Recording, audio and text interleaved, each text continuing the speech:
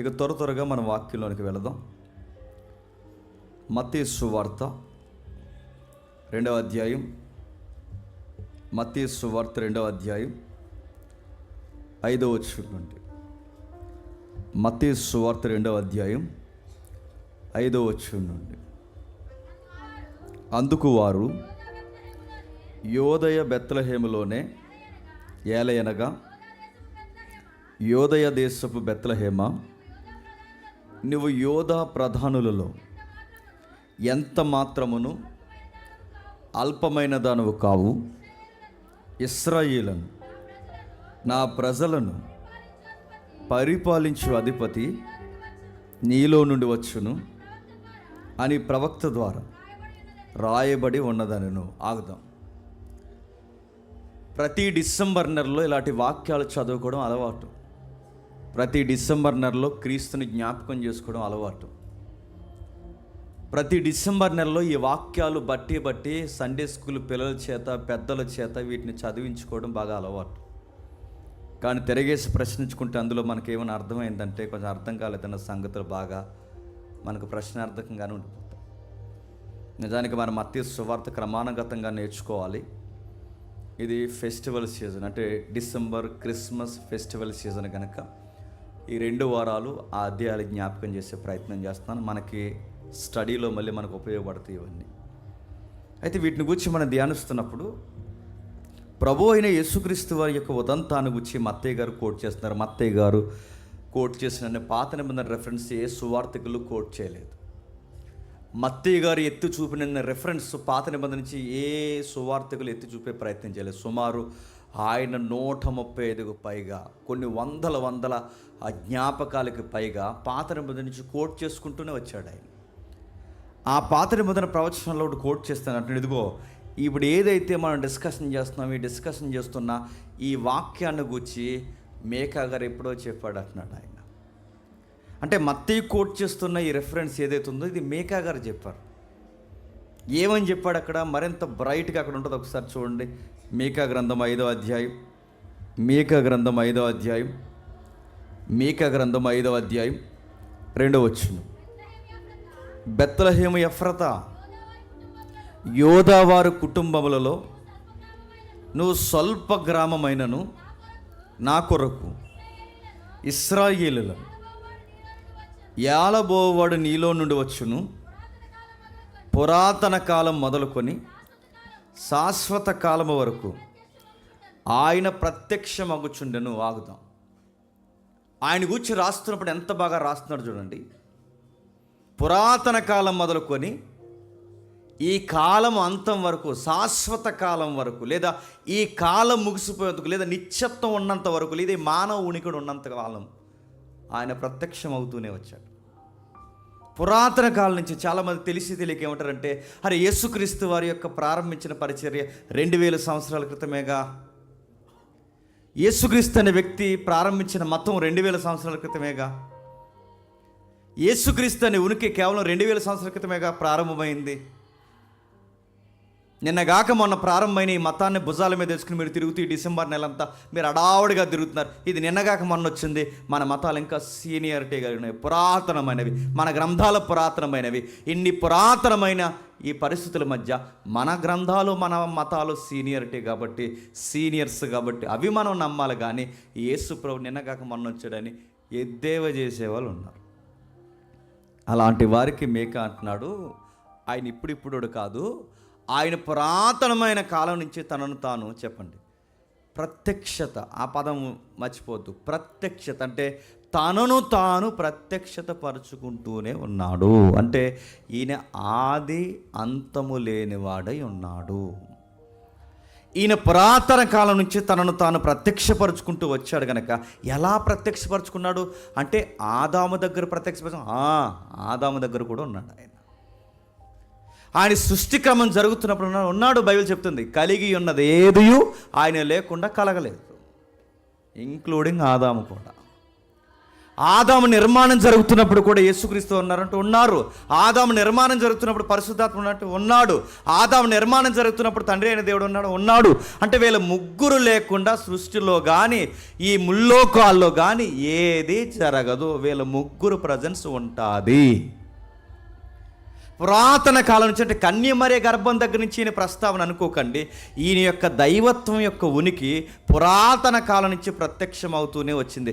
ఎప్పటి నుంచి ప్రత్యక్షం అవుతుంది? ఇంకా మీకు బాగా అర్థం కావాలంటే ఒకసారి యోహాను సువార్త రండి. యోహాను సువార్త 8వ అధ్యాయం, యోహాను సువార్త 8వ అధ్యాయం 58వ వచనం. యోహాను సువార్త 8వ అధ్యాయం 58వ వచనం. అబ్రహాము పుట్టకమునుపే నేనున్నానని మీతో నిశ్చయముగా చెప్పుచున్నాను.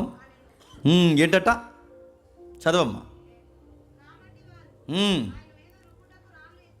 ఆయన మీద రువ్వుటకు రాళ్ళు ఎత్తురు కానీ యేసుక్రీస్తు వారు దాగి దేవాలయములోంచి బయటికి వెళ్ళిపోయాను. ఆయన మార్గమును పోవుచుండగా ఏం జరుగుతుందో సందర్భమేనండి. ప్రభు అయిన యేసుక్రీస్తు వారు తనను తాను పరిచయం చేసుకుంటూ తనను తాను పరిచయం చేస్తూ పరిచర్య చేస్తున్నప్పుడు ఆ సమకాలీన ఇశ్రాయేలు సమకాలీన యూదులు అన్నారు, నువ్వేమన్నా ఇంకైనా చెప్పవయ్యా అవి విని అని అడిగారు.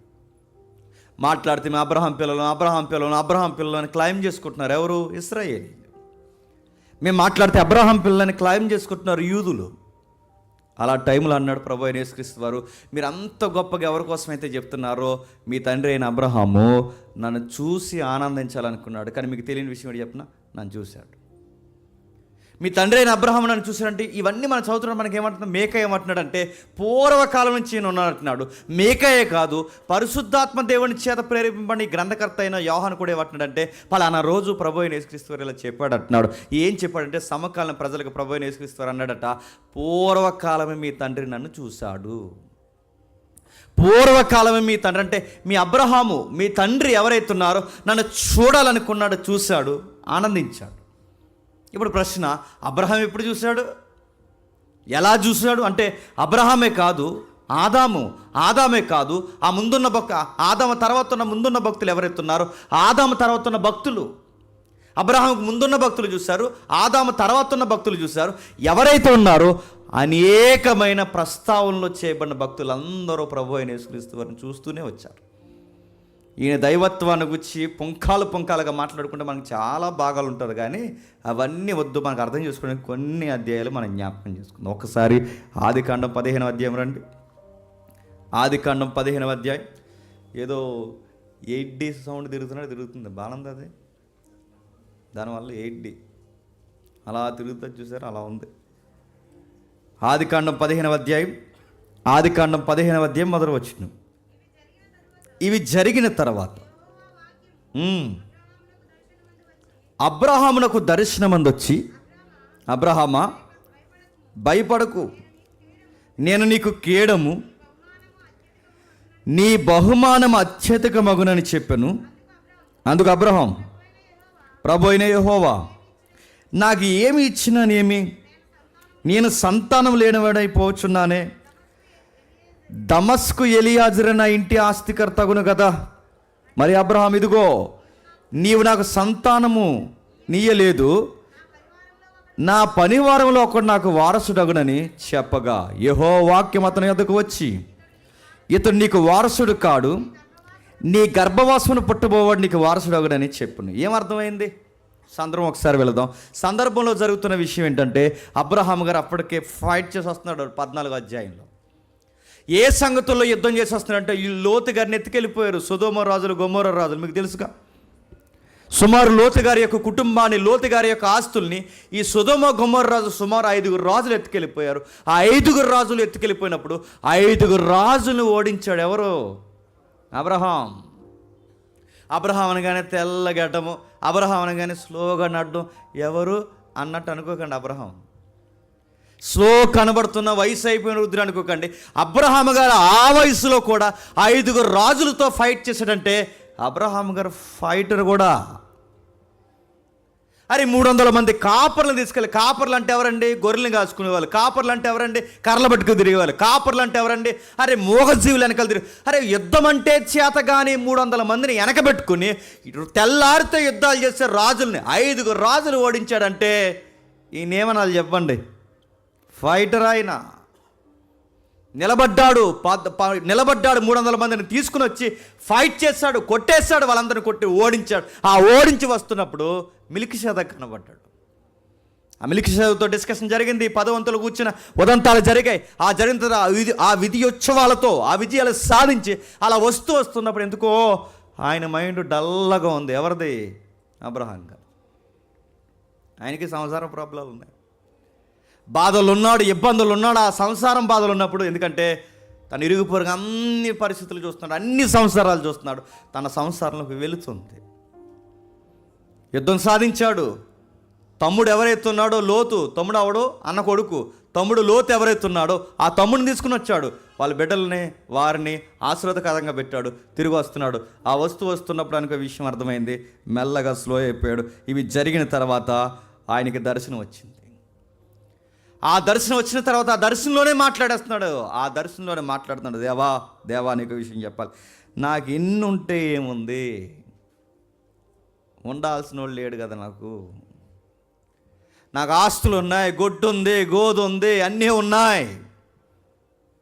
అటు ఇటు కలిసిన అడ్డగోలు ఆస్తులు ఉన్నాయి. నువ్వు రాసిచ్చిన ఈ దేశం ఉంది. నాకు ఎన్నుంటే ఏముంది. నా తర్వాత చెప్పుకోవడానికి జనరేషన్కి ఒక వ్యక్తి లేడు కదా. నీకు మళ్ళీ చెప్తున్నాను ప్రభువా, ఒకవేళ నాకు ఎవరైనా బిడ్డలైనా రేపు పొద్దున్న చెప్పుకుంటే ఈ ఆస్తులన్నీ నేను ఎంత పోగేసినా, నువ్వెన్ని దీవులు ఇచ్చి నాకు ఎంత ప్రాపర్టీ ఇచ్చినా, నా తర్వాత దీనికి ఆస్తికర్త ఎవరవుతారు? నా వంశంలో ఎవడవడు? ఆ దమస్కు సిరియా నుంచి వచ్చిన మనుషుడు ఎవరైతే ఉన్నాడో, ఆ సిరియా క్యాపిటల్ డమస్కస్ ఏదైతే ఉందో, ఆ దమస్కు నుంచి వచ్చిన నా ప్రధాన అనుసరుడు, నాకు దగ్గరగున్న ఎలియాజర్ ఎవరైతే ఉన్నాడో, నా ప్రాపర్టీకి ఆయనే ఆస్తికర్త అవుతాడు తప్ప నా వాగ్దాన భూభాగానికి నాకు వారసుడేడి. రెండవది, ఒకవేళ నా తర్వాత వారసుడు ఎవడైనా అయితే నా పనోడు నాకు వారసుడు అవుతాడు తప్ప నాకు వారసుడు ఎవడున్నారు? అందుకే ప్రభువా నేను చెప్తున్నాను, ఎన్నున్నా నాకు బిడ్డలు లేరు ప్రభువా, ఎన్నున్నా నాకు సమస్యలు ఎక్కువై ప్రభువా, ఎన్నున్నా ఆ బిడ్డలు లేని తరం నాకు ఎక్కువ అవుతుంది ప్రభు అన్నప్పుడు ఆయనకి దర్శనం వచ్చిందంట. ఇప్పుడు చెప్పండి, దర్శనం అంటే ఏంటి? ఎవడన్నా డ్రీమ్ అన్నాడు. దర్శనం అంటే నడుతున్నాను. దర్శనం అనగానే కేవలం కళలు అనుకోకండి. దర్శనం అనగానే కేవలం కళల్లో కనబడుతున్న దృశ్యాలు అనుకోకండి. దర్శనం అనగానే కొన్ని కళ్ళు మూసుకుని ఉన్నప్పుడు వచ్చాయి, కొన్ని కళ్ళు తెరిచినప్పుడు వచ్చాయి, కొన్ని కళ్ళు చూస్తూ ఉండగా వచ్చాయి. తమ్ముడు మాట్లాడకండి, నేను అసలు డిస్టర్బెన్స్ ఎవరిని తిడతాను తెలుసు, మాట్లాడకండి. కొన్ని చూస్తుండగా కనబడ్డాయి, కొన్ని కళ్ళు మూసుకుని ఉండగా కనబడుతున్నాయి. రకరకాల దర్శనాల్లో కనబడుతుంది. అంటే దర్శనం అనేది ఈ జోనర్కి సంబంధించిందని పెట్టకండి. ఆయన కళ్ళు మూసుకుని ఉన్నాడా తెరుస్తున్నాడా మనకు తెలియదు, కానీ అబ్రహాము గారికి దర్శనం వచ్చింది. ఆ దర్శనంలో ఏమొచ్చిందట? ఇవి జరిగిన తర్వాత యెహోవా వాక్యం అబ్రహామునకు దర్శనమందు వచ్చి, అబ్రహామా భయపడకము, నేను నీకు కేడము, నీ బహుమానం అత్యయితమగునని చెప్పు. నేనున్నా, నీకు కేడముగా నేనే ఉంటా, నీకు ధైర్యంగా నేనే ఉంటా, నువ్వేం భయపడకు, నేను నీ కేడము బహుమానమై నీకు అత్యధికమైన బహుమానాలతో నేను నడిపిస్తాను అబ్రహాం అంటే. అప్పుడు అంటున్నాడు, ఎన్నుంటే ఏముంది అని. ఇప్పుడు బాగానండి, అబ్రహాముకి దర్శనంలో ఏమొచ్చిందట? అక్కడ చూసి చెప్పండి. అబ్రహాముకి దర్శనంలో ఏమొచ్చిందట? దేవుడు వచ్చాడని లేదు. అబ్రహాముకి దర్శనంలో ఏమొచ్చిందట? దేవదూత వచ్చిందని లేదు. అబ్రహాముకి దర్శనంలో ఏమొచ్చిందట? యెహోవా అనే వ్యక్తి వచ్చాడని లేదు. అబ్రహాముకి ఏమొచ్చింది తెలుసా? దర్శనంలో వాక్యం వచ్చింది. ఇప్పుడు చెప్పండి, వాక్కు అనగానే మనం ఏమనుకుంటాం అంటే సౌండ్ అనుకుంటాం. వాక్ అనగానే శబ్దం అనుకుంటాం. వాక్ అనగానే అది వినబడుతున్న ఏదో మాట అనుకుంటా. అంటే అబ్రహాముకి అలా దర్శనంలో ఏదో వినబడుతుంది అనుకుంటా, కానీ అక్కడ అలా లేదు. ఆ వాక్కు ఏదైతే ఉందో ఆ వాక్ ఏమవుతుందో చూడండి, ఆ వాక్కు కనబడుతుంది. దర్శనమందు అబ్రహామా భయపడకు. ఇప్పుడు చెప్పండి, దర్శనమందు వాక్యం వినబడుతుందని లేదు, చెప్పండి, కనబడుతుందంటే వాక్యముగా ఎవరో కనబడుతున్నారు, వాక్యముగా ఎవరో మాట్లాడుతున్నాడు. ఆ వాక్యమైన వ్యక్తిత్వం గలవాడే చెబుతున్నాడు, భయపడకు, నీ కేడం నేనే, నీకు సంతానం ఇచ్చేవాడు నేనే. ఇలా రా, ఆ పైకి చూడు, ఆ నక్షత్రాలు ఎన్ని అవుతున్నావో అంత విస్తారమైన నక్షత్రాలు, అంత సంతానం నీకు ఇస్తాను. కింద ఇసుకరేణులు చూడు, ఎంత విస్తారమైన ఇసుకరేణులు ఉన్నాయో అంత సంతానం నీకు ఇస్తాను, ఎంత విస్తారమైన సంతానం నీకు ఇస్తానని ఆ వాక్కు మాట్లాడుతుందంటే ఎవరితో? అబ్రహాం. అంటే నడుతున్నాను వాక్ అనగానే మనం అనుకుంటాం ఏదో శబ్దం వినబడుతుంది అనుకుంటాం. పాత నిబంధన మీరు ఎక్కడ చదవండి, యెహోవా సైన్యములకు అధిపతి యెహోవా వాక్కు సెలవిచ్చినది ఏమనగానే మీకు కనబడిన వెంటనే వాక్కు కనబడుతుంది, వాక్కు వినబడుతుంది, వాక్కు జనాలతో చెప్పండి ఇన్వాల్వ్ అవుతుంది. ఆ వాక్కే చెబుతుంది. ఏమని చెప్తుంది? ఇదిగో నీకు సంతానాన్ని కలగజేస్తాను, నువ్వేం టెన్షన్ అవ్వకు. దర్శనం అందు వచ్చి అంటే అందులో ఆయన కనబడుతుంది, వినబడుతుందని లేదు. చెప్పండి, కనబడుతుందంటే వాక్కు కనబడుతుంది. ఇప్పుడు నా వాక్కు కనబడుతుందా, వినబడుతుందా? వినబడుతుంది. నడుతుందా? నా వాక్కు మీకు వినబడుతుంది. కానీ ఆ వాక్ అనేది ఏదైతే ఉందో అబ్రహాంకి చెప్పండి కనబడుతూ వినబడుతుందంట. ఇంకా మనకి బాగా అర్థం కావాలంటే ఒక్కసారి మొదటి సమూయేలు గ్రంథం రండి. మొదటి సమూయేలు గ్రంథం 3వ అధ్యాయం. మొదటి సమూయేలు గ్రంథం 3వ అధ్యాయం మొదటి వచనం.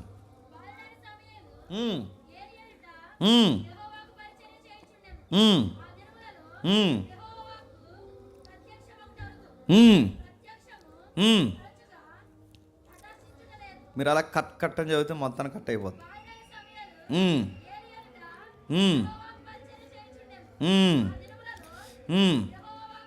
నేను చదువుతాను చూడండి.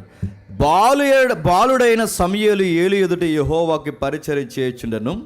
ఆ దినముల్లో యెహోవా వాక్కు ప్రత్యక్షమగుట అరుదు. బాగా వినాలి, ప్రత్యక్షమగుట అరుదు. ఎందుకు ఎక్కడ చదివి ఈ పదం? ప్రత్యక్షమగుట అరుదు. ఎక్కడా? ఎందుకు ఎక్కడ చదివాం చెప్పండి? ఆయన యెహోవా వాక్కు ప్రత్యక్షమగుట అరుదు. ఎందుకు ఎక్కడో చదివాం చెప్పండి? మీ మేకాలో చదివాం. పురాతన కాలం మొదలుకొని శాశ్వత కాలం వరకు చెప్పండి తనను తాను ప్రత్యక్షపరుచుకుంటూ వస్తున్నాడు. ఇప్పుడు చెప్పండి, ఈ ప్రత్యక్షత అనే పదం ఎవరికి సూట్ అవుతుంది? ఈ ప్రత్యక్షత అనే పదం ఎవరి దగ్గర నడుస్తుంది? ఈ ప్రత్యక్షత అనే పదం ఎవరి గురించి ప్రస్తావింపబడుతుంది? వాక్కును గురించి పూర్వం అంటే ఒక ఫ్రేమ్వర్క్ నడుస్తుంది. ఆ ఫ్రేమ్ ఏంటంటే అబ్రహాం దగ్గర ఆ వాక్కు ప్రత్యక్షం అవుతుంది. ఇప్పుడు మరలా సమూయేలు దగ్గర కూడా ఆ వాక్యము చెప్పండి ప్రత్యక్షత అంటే ఏంటి చెప్పండి? ఇన్నాళ్ళకి ప్రత్యక్షమయ్యేవారు మాకంటే ఏంటి? కనబడ్డావని. ఎప్పుడురా మళ్ళీ నీ ప్రత్యక్షత అంటే ఏంటి చెప్పండి? కనబడతావు. ఎప్పుడు కనబడతావురని ఇన్నాళ్ళకి ప్రత్యక్షమై ఉంటుంది. దాని అర్థం ఏంటి? ఇప్పుడు కనబడుతున్నావు అంటే ప్రత్యక్షత అనగానే మనకేమర్థం అవుతుంది? కనబడుతున్నాడు అంటే ఈ వాక్కు ప్రత్యక్షం ఒకటి ఆగిపోయిందట. ఎందుకు? అప్పటికి ఏలీ కొడుకులు చాలా దుర్మార్గమైన పనులు చేస్తున్నారు. ఏలీ కుటుంబంలో మాంసానికి మరిగారు, లంచానికి మరిగారు. వాళ్ళ కుటుంబాన్ని యెహోవా మహిమ వదిలి వెళ్ళిపోయింది. ఎప్పుడైతే ఆ కుటుంబాన్ని దేవుని మహిమ వదిలి వెళ్ళిపోయిందో దేవుడు వాళ్ళతో మాట్లాడటం మానేస్తాడు. దేవుడు వాళ్ళతో మాట్లాడటం మానేసేసరికి ఆయన ప్రత్యక్షం అవడం కరువైపోయింది. ఆ టైంలో ఏలీ గారు నిద్రపోతున్నారు, సమూయేలు గారు నిద్రపోతున్నారు. ఇద్దరు మందిరంలో నిద్రపోతున్నారు. ఎందుకంటే వాళ్ళ జీవితాల్ని మందిరానికి అంకితం చేసిన యాజకులు వాళ్ళు. పెద్ద ఆయన అక్కడ నిద్రపోతున్నాడు, చిన్న ఆయన ఇక్కడ నిద్రపోతున్నాడు. ఆ నిద్రపోతున్న టైంలో యెహోవా వాక్కు మాట్లాడుతుంది సమూయేలు అని. మీకు అర్థమైతే భలే గమ్మత్తుగా అనిపిస్తుంది. సమూయేలు అని మాట్లాడుతుంది అంటే యెహోవా వాక్కు మాట్లాడుతుంది. సమూయేలు అనుకున్నాడు పెద్ద ఆయన కానీ పిలిచాడేమని. పెద్ద ఆయన దగ్గరికి వెళ్ళి అన్నాడు, పెద్ద ఆయన పిలిచారంటే నేను పిలవలేదు నాన్న. మళ్ళీ వెళ్ళిపోయాడు. సమూయేలు నిద్రపోయాడు. మళ్ళీ సమూయేలుని దేవుడు పిలిచాడు సమూయేలు అని. మళ్ళీ వెళ్ళాడు, పెద్ద ఆయన పిలిచారని. మళ్ళీ అర్థం కాలేదు, మళ్ళీ పిలుస్తున్నాడు. సమూయేలు వచ్చి ఏలీ దగ్గర నిలబడ్డాడు. ఆ ఏలీ దగ్గర నిలబడినప్పుడు ఏలీ ఒక మాట అన్నాడు, ఈసారి నీకు ఆ స్వరం విన్నప్పుడు చిత్తం ప్రభువా నీ సేవకుడు ఆలకిస్తున్నాడని రిప్లై ఇవ్వన్నాడు. ఇప్పుడు చెప్పండి, సమూయేలు నిద్రపోతుంటే వాక్కు ప్రత్యక్షమై పిలుస్తుందంటే ఇప్పుడు చెప్పండి, ఇందాక అబ్రహాముకి దర్శనంలో వచ్చిన ఆ వాక్కే సమూయేలు దగ్గరకు వచ్చింది. ఇక్కడ సమూయేలు దగ్గర కనబడుతున్న ఈ వాక్కే అనంతమైన విశ్వాన్ని కలిగించింది. ఇక్కడ కనబడుతున్న ఈ వాక్కే ఏలీకి కనబడవలసిన ఆ వాక్కు సమూయేలు దగ్గర ప్రత్యక్షమై సమూయేలుని పిలుస్తుంది. ఇప్పుడు చెప్పండి, ఎవరో వాక్కు ప్రత్యక్షమవుతున్నారు. పురాతన కాలం నుంచి ఎవరో వాక్కుగా ప్రత్యక్షం అవుతున్నారు. ఆ వాక్కుగా ప్రత్యక్షమవుతున్న వాక్కు శబ్దము కాదు, సౌండ్ కాదు, అది బిరుదు. ఆ బిరుదుగున్న వ్యక్తి, వాక్యమైన బిరుదుగున్న వ్యక్తి ఎవరో కనబడుతున్నాడు. ఆ కనబడుతున్న ఆయన అబ్రహామును పిలుస్తున్నాడు. ఆ కనబడుతున్న ఆయన అబ్రహాముకి సంతానాన్ని ఇస్తా అన్నాడు. ఆ కనబడుతున్న వాక్కైన ఆయన నిద్రపోయిన సమూయేలును కూడా పిలుస్తున్నాడు. పురాతన కాలం నుంచి వాక్కుగా ఎవరో ప్రత్యక్షం అవుతున్నారు. ఆ ప్రత్యక్షమైన ఆయన చెప్తున్నాడు, ఇదిగో పిలుస్తున్నాడు, పిలుస్తున్నాడు, పిలుస్తున్నాడు. ఆ పిలిచిన ఆయన 21లో ఏమంటున్నాడు చూడండి. మరియు సిలోహలో యెహోవా మరలా దర్శనమిచ్చుచుండని. ఇప్పుడు బాగా వినండి.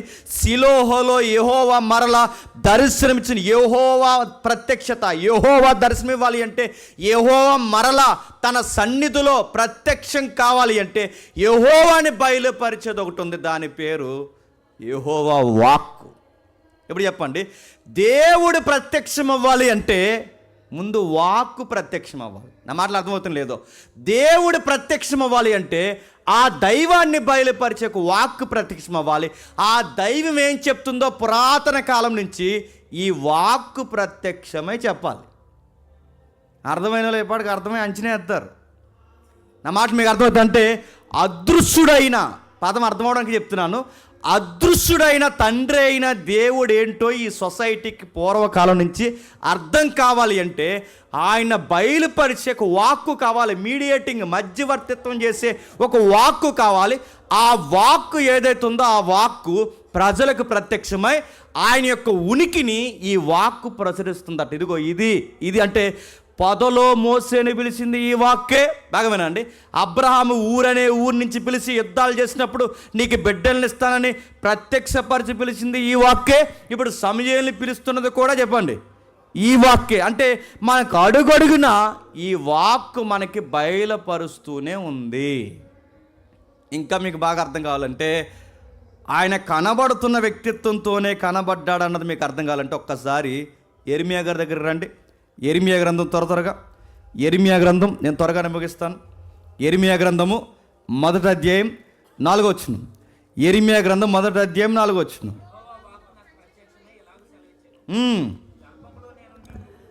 యెహోవా వాక్కు నాకు ప్రత్యక్షమై నాకు ఇలాగూ సెలవిచ్చిన. మీకు ఏం అర్థమవుతుంది? పదే పదే యెహోవా వాక్కు ప్రత్యక్షత, అబ్రహాము దగ్గర ప్రత్యక్షత, సమూయేలు దగ్గర ప్రత్యక్షత, మోసే దగ్గర ప్రత్యక్షత, అబ్రహాం దగ్గర ప్రత్యక్షత. అంటే ఈ ప్రత్యక్షతలో కనబడుతున్న ఈ యెహోవా వాక్ అందట గర్భం నుండి నిన్ను ప్రత్యేకపరిచి నిన్ను ఎరిగి తిని నీవు గర్భము నుండి బయలుపడక మునిపే నేను నిన్ను ప్రతిష్ఠించి. ఇప్పుడు చూడండి, అబ్రహాం గారినేమో ఊరు నుండి పిలిచాడు, సమూయేలునేమో మందిరం నుండి పిలుస్తున్నాడు, యెరెమీయానేమో చెప్పండి గర్భం నుండి పిలుస్తున్నాడు.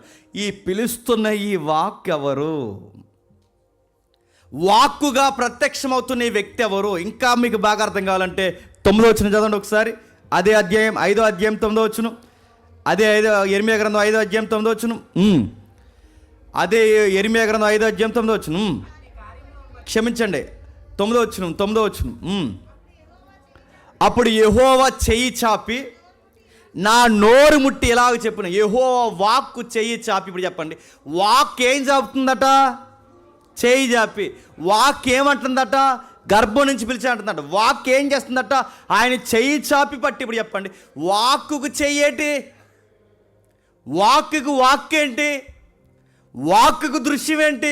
అంటే ఇది వాక్కుగా మనకు కనబడుతుంది కానీ వాక్యముగా కనబడుతుంది కానీ మనకు తెలియాల్సింది వాక్యంగా కనబడుతుంది శబ్దము కాదు, వాక్యంగా కనబడుతున్నది ధ్వని కాదు, వాక్యంగా కనబడుతుంది ఏదో వినబడుతున్న సౌండ్ కాదు. వాక్ అనగానే మనకు కనబడవలసింది ఏంటి చెప్పిన? ఎవరో వాక్కుగా వ్యక్తిగా కనబడుతున్నారు.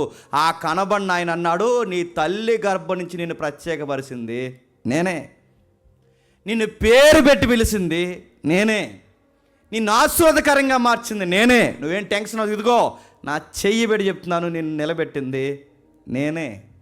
ఇప్పుడు చెప్పండి, పాత నిబంధన కాలం నుంచి భక్తులతో మాట్లాడుతున్నది అదృశ్యుడైన తండ్రి అయిన దేవుడు కాదా అంటే ఈ ప్రశ్న మీరు 100 సార్లు అడిగినా ఆయన కాదు.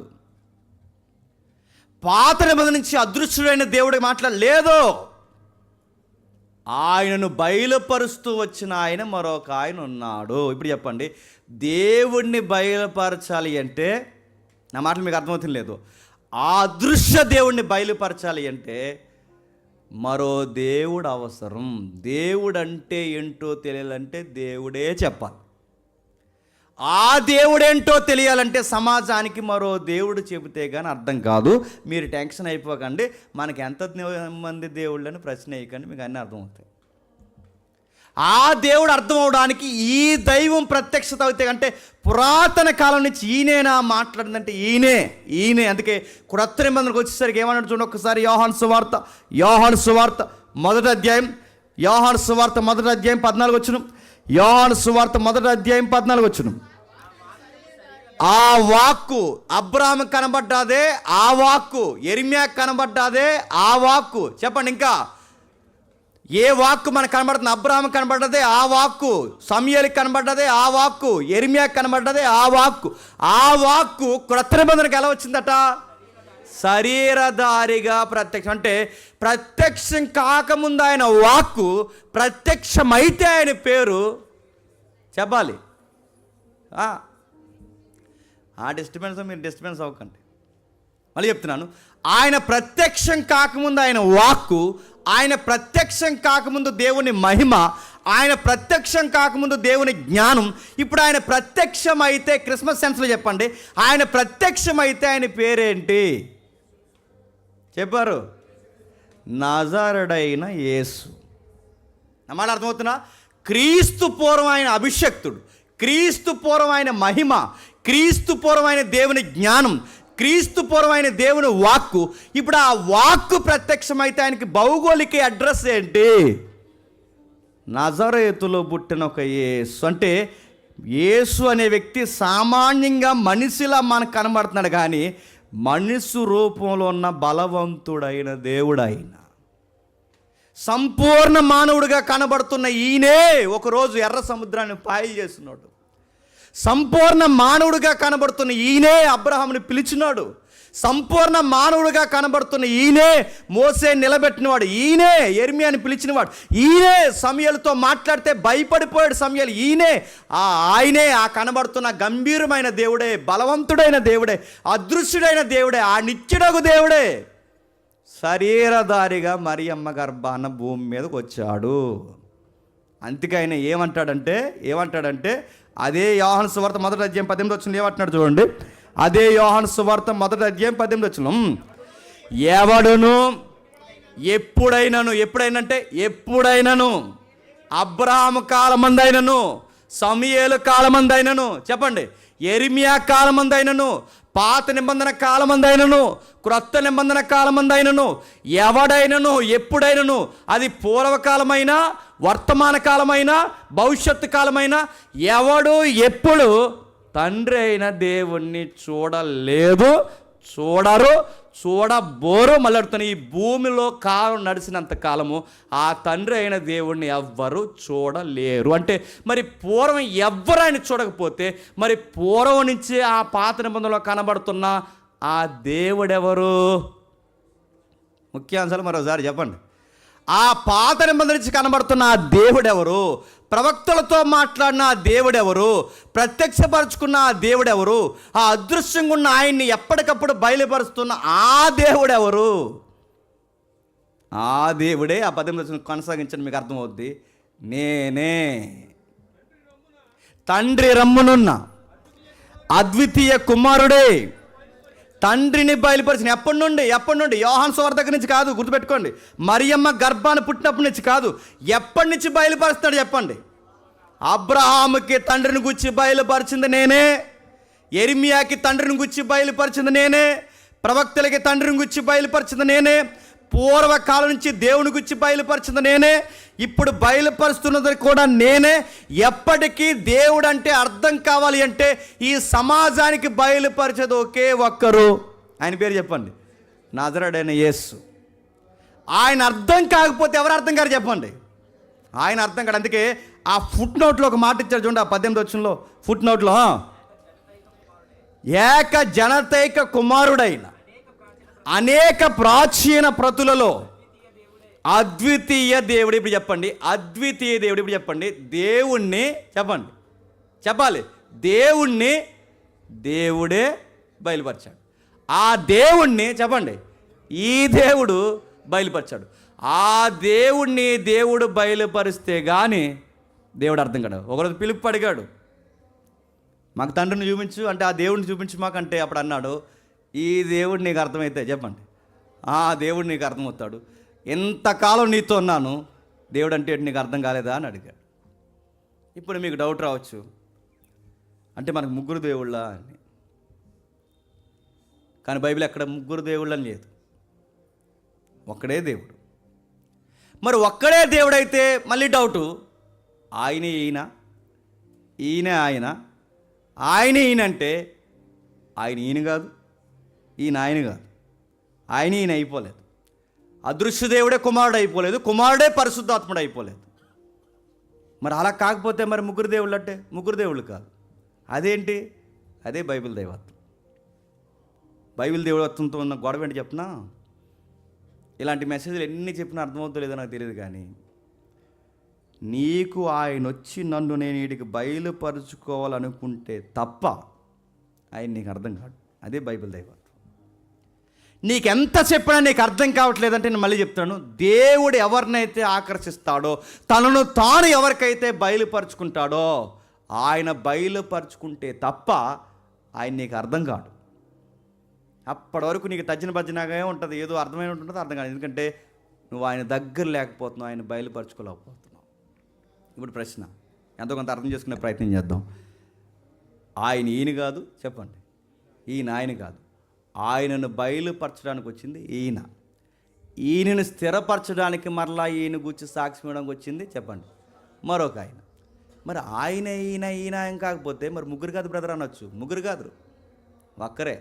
అదే ఎట్టా అంటే నేను చెప్తానండి, మాకు జరుగుతున్న కాన్ఫరెన్స్ క్లాసులో ఉన్నది మీకు చెప్తున్నాను వినండి. ఆయన ఈయన కానప్పుడు ఈయన ఆయన కానప్పుడు ఒక్కడే ఎలా అవుతాడంటే, ఒక్కడే దేవుడు, ఒక్కటే దైవత్వం, బైబిల్ దైవత్వం ఒక్కటే. కానీ ఆ ఒక్క దైవత్వంలో ముగ్గురు వ్యక్తిత్వాలు ఉన్నాయి, 3 వ్యక్తిత్వాలు ఉన్నాయి. అంటే ఒక్క దైవత్వంలో 3 వ్యక్తిత్వాలు ఉన్నాయి, మరి ముగ్గురు కాదు కదా ఒక్కడేగా అనొచ్చు. ఒక్కడే కాదు, ఒక్కడే కాదు, మళ్ళీ చెప్తున్నాను, దైవత్వం ఒక్కటే చెప్పండి, వ్యక్తిత్వాలు 3. అంటే మళ్ళీ మీరు డౌట్ రావచ్చు, మరి దైవత్వం ఒకటైనప్పుడు ఆ దేవుడే ముగ్గురిగా బయలుపరచుకున్నట్టు అది కాదు. అర్థం అవడానికి చెప్తానండి. ఇప్పుడు నా చెయ్యి ఉంది, నా చెయ్య, నా కాలు, నా దేహం. మీకు అర్థం కావాలంటే ఇప్పుడు చెప్తున్నాను వినండి. నా చెయ్య, నా కాలు. ఇప్పుడు జేమ్స్ అంటే ఏంటి చెప్పండి? జేమ్స్ అనేది సింగులరే, కానీ మాట్లాడుకుంటే జేమ్స్ కాలు వేరు చెప్పండి, జేమ్స్ చెయ్యి వేరు, జేమ్స్ తలకాయ వేరు. కానీ మాట్లాడుకుంటే జేమ్స్ ఒక్కడే. కాలు చేసే పని చెయ్యి చేయదు, చెయ్యి చేసే పని కాలు చేయదు, కాలు చేసే పని చేయదు. అంటే ఏ అవయవానికి ఉండే ఆ పని ఆ అవయవానికి ఉంది. కానీ జేమ్స్ అనే వ్యక్తిని పిలిచేసరికి చెప్పండి, ఇవన్నీ కలిపితేనే చెప్పండి జేమ్స్. ఇది మీకు అర్థమైతే దైవత్వం ఒక్కటే. నా మాటలు అర్థం, దైవత్వం ఒక్కటే. కానీ ఆ దైవత్వంలో మాత్రం ఎవరి వ్యక్తిత్వం వాళ్ళదే. తండ్రి తండ్రే, కుమారుడు కుమారుడే, పరిశుద్ధాత్ముడు పరిశుద్ధాత్ముడే. ఎవరి పాత్ర వాళ్ళదే. అది మీకు ఇంకా బాగా అర్థం కావాలంటే ఇంకా ఉదాహరణ చెప్తాను అంటే, నేను చాలాసార్లు చెప్తే మీకు చెప్తున్నాను. నువ్వు నువ్వే, నువ్వు నువ్వే, నేను నేనే. కానీ మన అందరిలో ఈక్వల్గా పిలువబడే ఒక తత్వం ఉంటుంది, దాని పేరు మానవత్వం. మానవత్వం అనే సౌండ్ సింగులర్, కానీ వ్యక్తుల విషయానికి వచ్చేసరికి చెప్పండి బహుళత్వం ఉంది. అంటే నువ్వు నువ్వుగానే ఉన్నావు, నువ్వు నువ్వుగా అంటే వ్యక్తులుగా వేరు, కానీ మానవత్వం అనేది చెప్పండి ఒకటే. ఇది మీకు అర్థమైతే బైబుల్ దేవుళ్ళని లేదు, బైబుల్ దైవత్వం ఒక్కటే చెప్పండి. ఆ బైబుల్ దైవత్వంలో తండ్రి తండ్రిగా ఉన్నాడు, కుమారుడు కుమారుడుగా ఉన్నాడు, పరిశుద్ధాత్ముడు పరిశుద్ధాత్ముడు. అందుకే ఆ తండ్రి అయిన దేవుణ్ణి పాత నిబంధన నుంచి బయలుపరిచిన మరొక దేవుడు ఎవరంటే చెప్పండి ప్రభు అయిన యేసుక్రీస్తు వారు. ఆయన బయలుపరిచాడు. ఆయన బయలుపరిస్తే కానీ అర్థం కాడంటే అర్థం కాదు. అందుకంటున్నాడు ఆ వాక్యము ఎవరికైతే పాత నిబంధనలో కనబడుతుందో దేవుని వాక్యము ఈ సృష్టిని కలిగించింది అంటున్నాడే, ఆ వాక్యము మనుషుల నిర్మాణంలో ఉందే ఆ వాక్యము పాత్ర మంచి మనుషులను లేవనెత్తి భక్తులుగా తీర్చిదిద్దిందే ఆ వాక్యం. ఆ వాక్యమే పాత్ర నిబంధనలో, ఆ వాక్యమే కనబడుతున్న ఆ వాక్యమే ఆది యందు దేవుని యందు ఉందే ఆ వాక్యమే శరీరధారిగా భూమి మీదకి వస్తే ప్రభు అయిన యేసుక్రీస్తు అయ్యాడు. అందుకే ఆయన దైవత్వం ఎంతగా అర్థం కానంతగా ఇన్వాల్వ్ అయిపోయాడంటే మనకు రాస్తున్నాడు, తనను తాను చెప్పండి రుక్తినిగా మార్చుకు. అందుకే ఆయన గురించి ఎంత చెప్పండి ఆయన దేవుడే అంటారంట. ఎందుకు ఆ ప్రశ్న వస్తుంది? తన దైవత్వాన్ని అంతగా మానవుల మధ్య చెప్పండి తగ్గించుకున్నాడు.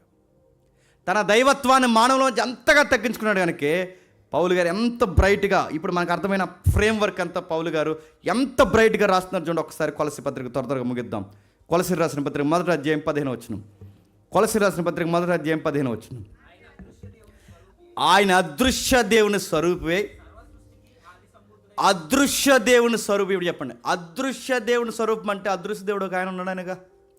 ఆయన అదృశ్య దేవుని స్వరూపం అంటే అదృశ్య దేవుడు చెప్పండి, అదృశ్య దేవుని చెప్పండి స్వరూపం అంటే అదృశ్యుడైన దేవుని స్వరూపం అంటే ఆ అదృశ్య దేవుని స్వరూపే సర్వ సృష్టికి ఆది సంభూతుడైన ఆయన అదృశ్య దేవుని స్వరూపం అంటే అదృశ్యంగా ఒక ఆయన ఉన్నాడు చెప్పండి, దృశ్యముగా మరొక ఆయన ఉన్నాడు. ఆ అదృశ్య దేవుడిని బయలుపరచడానికే 2000 సంవత్సరాల క్రితం చెప్పండి ఈ భూమి మీదకి వచ్చాడు. ఆ వచ్చిన సందర్భాలనే ఈ క్రిస్మస్ సెలబ్రేషన్లో చెప్పండి మనం జ్ఞాపకం చేసుకుంటున్నాం. క్రీస్తు అంటే ఏంటంటే గుర్తుపెట్టుకోండి, సంపూర్ణ మానవుడిగా కనబడుతున్న మరొక గుర్తులో సంపూర్ణమైన దేవుడు. ఇప్పుడు మీకు డౌట్ రావాలి, ఎందుకు సంపూర్ణమైన మానవుడిగా రావాల్సి వచ్చింది? దేవుడికి మనకినట రగడుందంట, దేవుడికి మనకి శత్రుత్వం ఉందంట, దేవునికి మనకి పడనంత అగాధం ఉందట.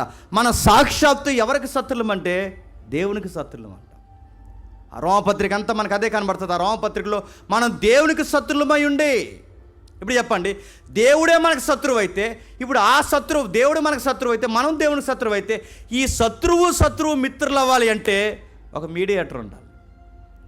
దేవుడితో దేవుడిగా మాట్లాడాలి చెప్పండి, మానవుడితో మానవుడిగా మాట్లాడాలి, మానవుడి తరపున మానవుడుగాను దేవుడి తరపున దేవుడిగా మాట్లాడి ఇద్దరినే సంధి చేసి ఒక మధ్యవర్తి కావాలి. ఎవరైనా పరిశుద్ధాత్మ దేవుడు, అలాగే చెప్పండి ప్రభు అయిన యేసుక్రీస్తు వారు. వీళ్ళ మీడియేటింగ్ చేయడానికి వచ్చి, అందుకే అటువైపు దేవుని చేయబట్టుకున్నాడు ఎవరు? ప్రభు అయిన యేసుక్రీస్తు వారు. ఇటువైపు మానవుని చేయబట్టుకున్నాడు. 2 చేతులు కలిపాడు.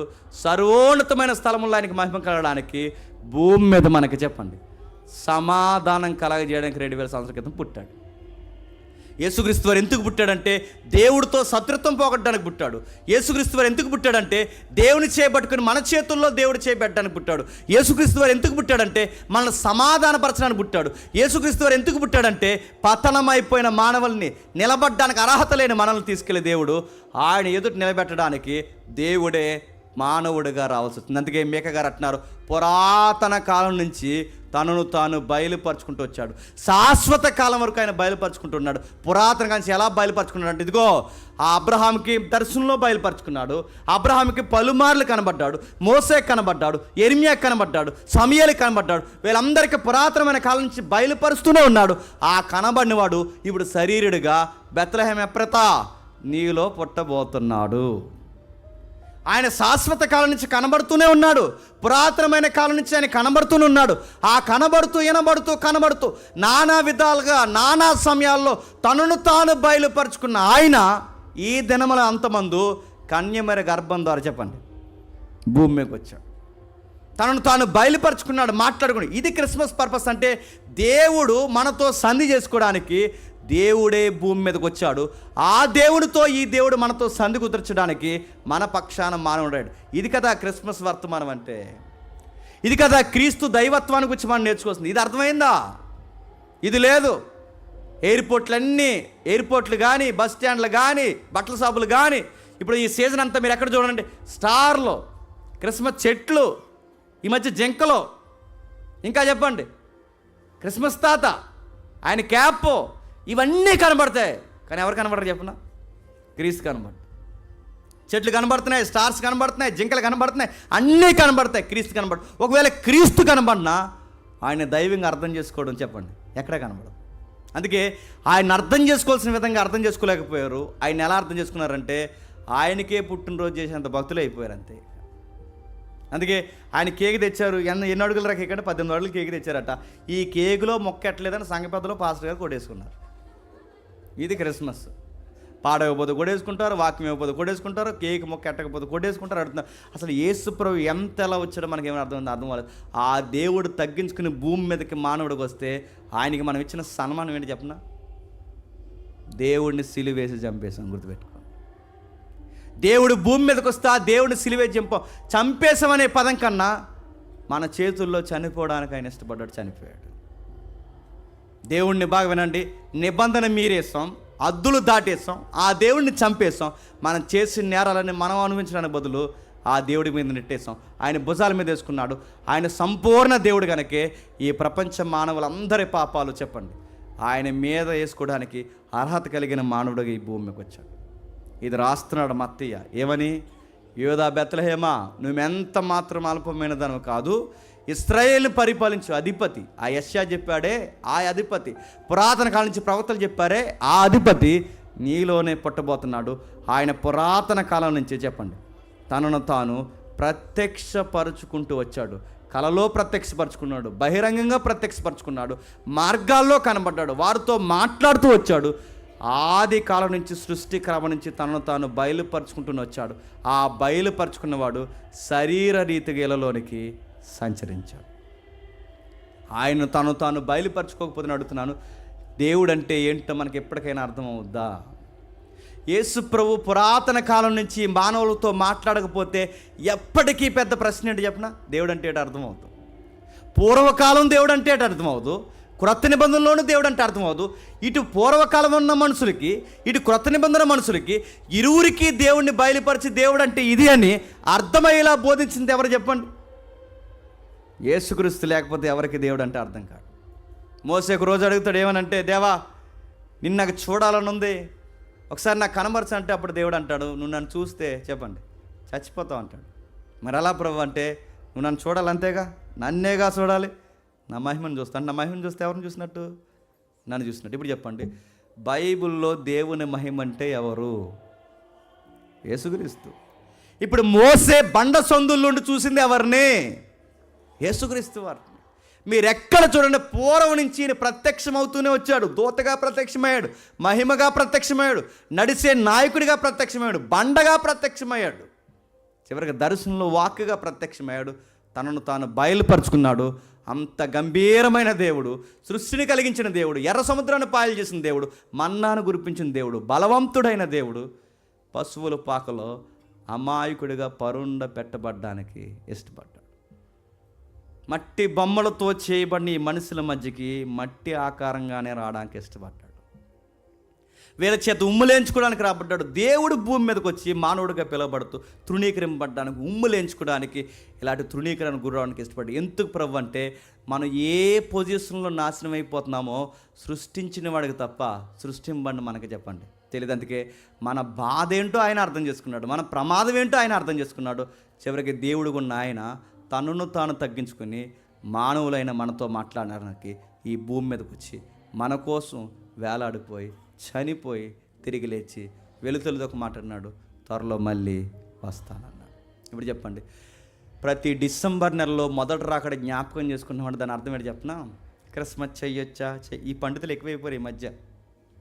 క్రిస్మస్ చెయ్యొచ్చా? నువ్వు క్రీస్తు జ్ఞాపకం చేసుకునే మంచి నెల, అన్ని నెలలు జ్ఞాపకం చేసుకో, ఈ నెల నువ్వు జ్ఞాపకం చేసుకో, నీతో పాటు ఇరుగు పొరుగు వారికి మరింత బ్రైట్గా జ్ఞాపకం చేసే నెల ఇది.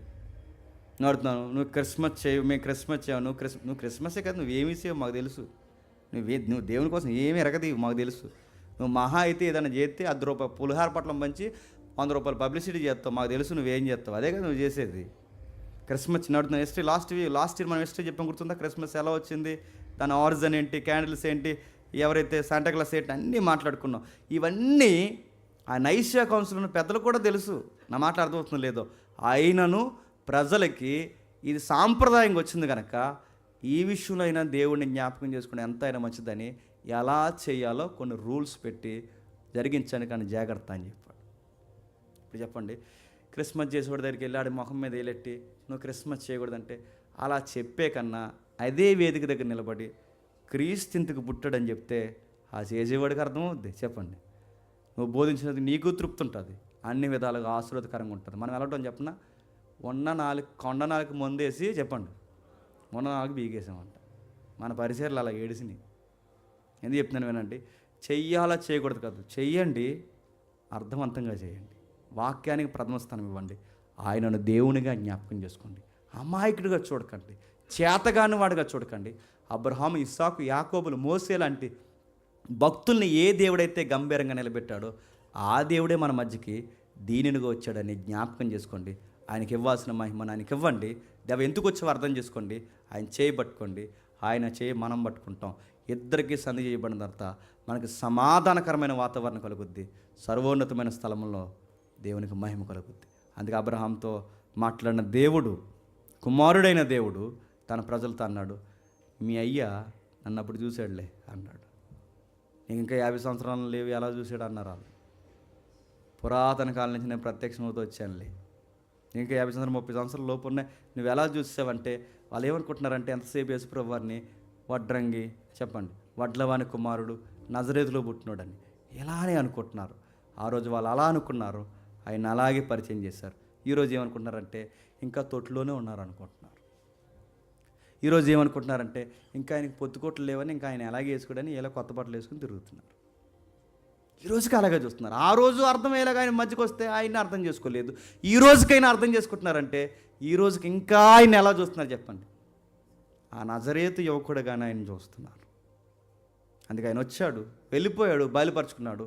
ఇప్పుడు మనకు అర్థం కావాల్సింది, ఆయన సాక్షాత్తు సంపూర్ణ దేవుడు, సంపూర్ణ మానవుడు, మన కోసం ఇళ్ళలోకి వచ్చిన గొప్ప దేవుడు. అందుకే ఆయన పురాతన కాలం నుంచి బయలుపరుచుకున్న దేవుడే దీనుడిగా భూమికి వచ్చాడు. అట్టి ధన్యత దేవుడు మనకు కలగజేసినందుకు మనం ఎంత ధన్యం చెప్పండి. టైం లేదు కనుక నేను ముగిస్తున్నాను. మీరు ఇంకా పూర్వకాలం వెళ్ళండి, దానిలో ఒక దర్శనం చూస్తాడు. దర్శనంలో ఒక సీనియర్ వృద్ధుడు దర్శనంలో కూర్చున్నాడు సింహాసనం మీద. ఆ సింహాసనం మీద కూర్చుంటే ఒక మనుష్య కుమారుడు మేఘారుణుడై వచ్చుట దానియేలు చూస్తున్నాడట. కొరత నిబంధనలు నిలబడ్డాడు.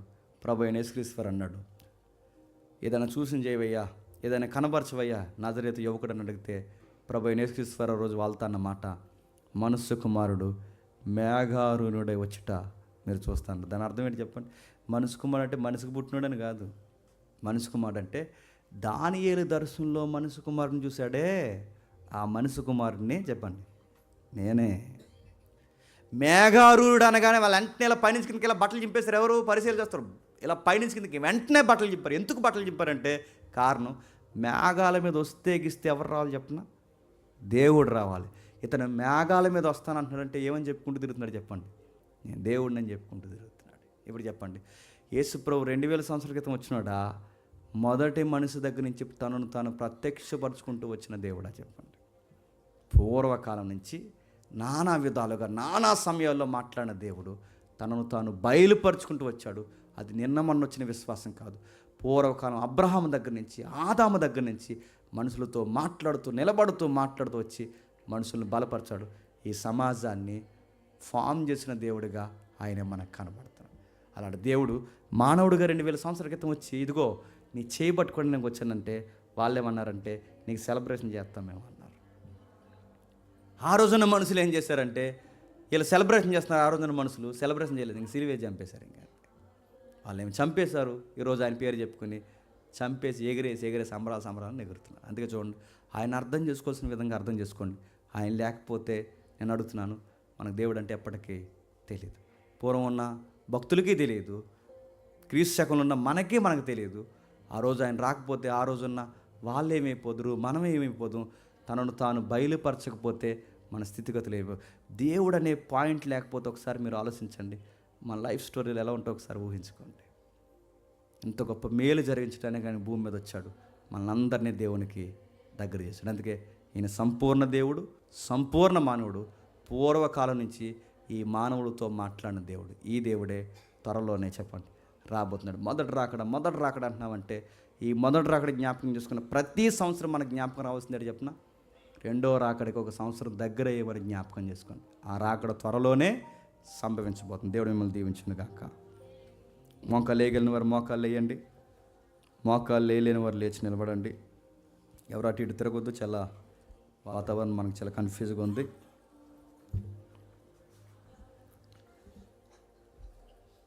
మన నిబంధన వాక్యాన్ని మనం చదువుకుందాం. కొరింథీయులకు రాసిన మొదటి పత్రిక 11వ అధ్యాయం 23వ వచనం. నేను మీకు అప్పగించిన దాన్ని ప్రభు వలన పొందుతని, ప్రభు అయిన యేసు తను అప్పగింపబడిన రాత్రి ఒక రొట్టెని ఎత్తుకుని కృతజ్ఞతాస్తుతులు చెల్లించి దాన్ని విరిచి, ఇది మీ కొరకైన శరీరము నన్ను జ్ఞాపకం చేసుకుంటే దీన్ని చేయడని చెప్పాను. ఆ ప్రకారమే భోజనమైన పిమ్మట ఆయన పాత్ర ఎత్తుకుని, ఈ పాత్ర నా రక్తం వల్ల ఆయన క్రొత్త నిబంధన, మీరు దీనిలో త్రాగినప్పుడల్లా నన్ను జ్ఞాపకం చేసుకుంటే దీన్ని చేయడని చెప్పాను. మీరు రొట్టెని తిని ఈ పాత్రను త్రాగినప్పుడల్లా ప్రభు వచ్చే వరకు ఆయన మరణం ప్రశ్నించదురు. కాబట్టి ఎవడు అయోగ్యంగా ప్రభు యొక్క రొట్టెను తిననో లేక ఆయన పాత్రలోని త్రాగునో వాడు ప్రభు యొక్క శరీరమును గూర్చి రక్తమును గూర్చి అపరాధగును. కాబట్టి ప్రతి మనుషుడు తను తాను పరీక్షించుకునవలను, అలాగూ చేసి ఆ రొట్టెను తిని ఆ పాత్రలో త్రాగవలను. ప్రభు శరీరమును విమేసింపక తిని త్రాగవాడు తనకు శిక్ష విధి కలుగుటకే తిని త్రాగుచున్నాడు. మోకాలు వేసిన వారు మీ కుడి చేతిని చూపించండి. ప్రభు యొక్క శరీరానికి సాదృశ్యమైన రొట్టె, ఆయన రక్తానికి సాదృశ్యమైన ద్రాక్షరసం మీ చెంతకి సంఘ పెద్దలు తీసుకుని వస్తున్నారు. దయచేసి మీ కుడి చేతిని చూపించండి. అలా ఏకీభించండి. ప్రేమగల తండ్రి, కృపగల దేవా, ఎందరికీ ఈ సంగతులు అర్థమవుతున్నాయో నాకు తెలియదు తండ్రి. మీ కుమారుని ముద్దు పెట్టుకొనకపోతే తండ్రి మీరెవరో నాకు తెలియదు అన్నారు. పూర్వకాలం నుంచి తండ్రి మనుషులతో మీరు మాట్లాడడానికి తండ్రి మధ్యవర్తిగా ఆ దేవుడిని మీరు చూపిస్తూనే వచ్చారు తండ్రి. మీ కుమారుడు తండ్రి ప్రత్యక్షం కాకపోతే అబ్రహాముకు ఉనికే లేదు. మీ కుమారుడు ప్రత్యక్షం కాకపోతే తండ్రి యిర్మీయా, ప్రవక్తలు, సమూయేలు తండ్రి వీరెవరితో మాట్లాడుతారు? మీతో మాట్లాడే అర్హత, మీతో మాట్లాడే ధైర్యము, మీతో మాట్లాడే తండ్రి నిలబడే సౌభాగ్యము తండ్రి మానవులుగా మాకు ఎప్పుడూ లేదు. మమ్మల్ని అర్థం చేసుకున్న తండ్రి సాక్షాత్తు మీతో సమానుడు, సారూప్యత కలిగిన వాడు తండ్రి. మా కోసం అన్ని కాలాల్లో తగ్గించుకుంటూనే వచ్చాడు తండ్రి. దర్శనంలో తగ్గించుకున్నాడు, కళల్లో తగ్గించుకున్నాడు, వ్యక్తిత్వంలో తగ్గించుకున్నాడు, దైవత్వంలో తగ్గించుకున్నాడు. తను తాను తగ్గించుకున్న తండ్రి ఈ రోజుకి తండ్రి నలగా కొట్టబడిన రొట్టెగా మా చేతుల్లో తండ్రి తగ్గించుకుంటూనే ఉన్నాడు తండ్రి. ఆయనను మేము జ్ఞాపకం చేసుకుంటున్నాం. ఈ రొట్టెను గురించి మేము ప్రార్థిస్తున్నాం, ఈ ద్రాక్షరసాన్ని గురించి మేము ప్రార్థిస్తున్నాం. మాతో మా అందరితో మీరు మాట్లాడుతున్నందుకు మీకు స్తుతులు దేవా. మీకా లాంటి ప్రవక్తలు, మత్తయి లాంటి ప్రవక్తలు తండ్రి ప్రత్యక్షపరచబడిన తండ్రి ఆయన దైవత్వాన్ని గురించి ఎలుగెత్తి మాట్లాడారు. మేము ఎంత ధన్యజీవులం దేవా. కేవలం మా కొరకు, మట్టి మనసులో అయిన మా కొరకు సృష్టికర్త అయిన ఆయన తండ్రి మా మధ్యకు రావడం మాకు ఎంత ధన్యత తండ్రి. ఇదేనేమో మాకు సమాధానం. దీన్ని బట్టే సర్వోన్నతమైన తండ్రి మీ స్థలముల్లో మీకు మహిమ. తెగిపోయిన మా బంధం తండ్రి మరలా సమాధానకరంగా ఏర్పడడానికే సమాధానకర్తగా ఆయన భూమి మీదకి పంపబడ్డారేమో తండ్రి. ఏది ఏమైనా తండ్రి ఇట్టి కార్యము తండ్రి నమ్మదగినది, వెన్నలేనిది, ఎప్పటికీ తండ్రి వివరించలేనిది తండ్రి. మా జీవితంలో తండ్రి ఎంతమంది తండ్రి మాకు ప్రధానమైన వ్యక్తులుగా కనబడినా ఈయన ఎదురు తండ్రి ఏమాత్రం ఎన్నిక లేనిది తండ్రి. అలాంటి ధన్యకరమైన కార్యం మా జీవితాల్లో జరిగిస్తున్నందుకు మీకు ప్రార్థిస్తున్నాం, స్తుతిస్తున్నాం తండ్రి. ఈ బిడ్డలను మమ్ములను ఈ వర్తమానాన్ని దీవిస్తారని కోరుతూ క్రీస్తున్నాం ఈ ప్రార్థన సమర్పిస్తున్నాం తండ్రి. ఆమేన్. అలానే కళ్ళు మూసుకుని ఉండండి.